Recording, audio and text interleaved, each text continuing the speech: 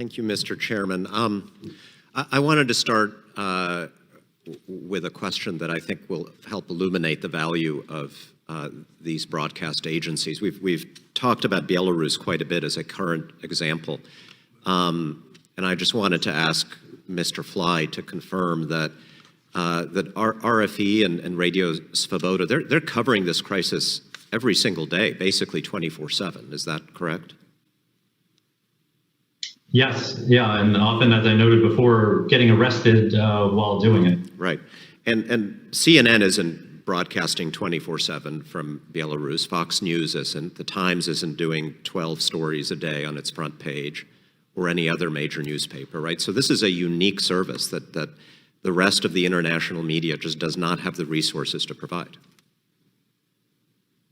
Yes, especially in Belarusian, which is what Svoboda is broadcasting in. There are several other private competitors, but obviously their primary competitor is Belarusian state TV. It's Lukashenko's propaganda, now buttressed by RT apparatchiks sent from Moscow. Right, and just very briefly, like, what is the difference between our coverage and RT? Why do people in Belarus want to listen to our service?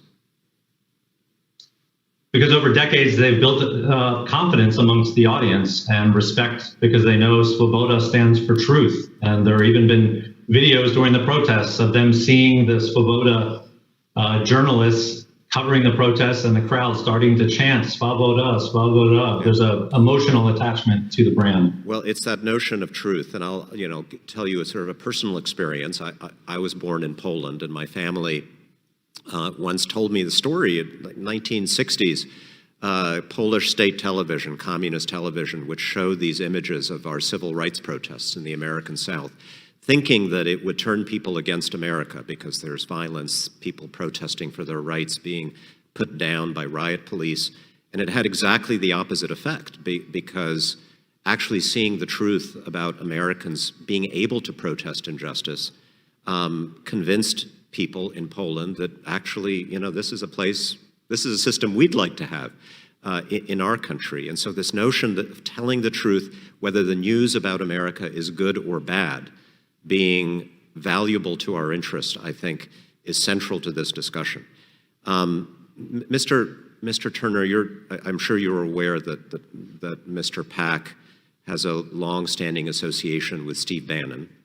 And that before his appointment, Pak's appointment, Mr. Bannon was pushing this appointment as a way of trying to ensure that these broadcast agencies were promoting the President's America First agenda around the world, that it would compete with CNN, he said.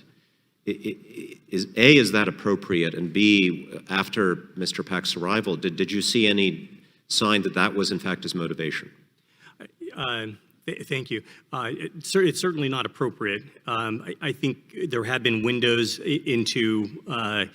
The firewall breaches with trying to insert political leadership or his operatives into planning sessions for VOA's coverage of a presidential election, I think is an indication of how they would like things to work.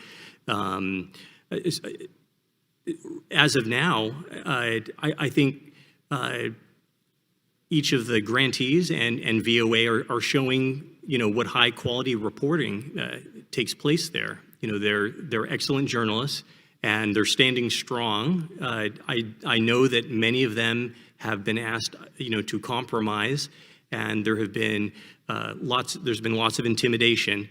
I think the worry is, as Mr. Pak's tenure continues, do you remove the strongest of the strong? Do you wear down the others? Does intimidation permeate the organizations? And it's the trajectory I really worry about. Well, I would say if President Joe Biden were to appoint somebody to this position with the charge of competing with Fox News or promoting the Biden administration's vision of the world, I would be just as upset. It would be just as damaging to the integrity of this institution. And let me just say, we've heard a lot of paranoia coming from this man about foreign spies infiltrating the USAGM. And I would say, I would never accuse somebody of consciously serving foreign interests without evidence to back that charge. But if China, Russia, North Korea, or any of our adversaries had in fact infiltrated USAGM, they could not possibly have done more harm to America's interests than Mr. Pak has in fact done on his own. Thank you, and I yield back.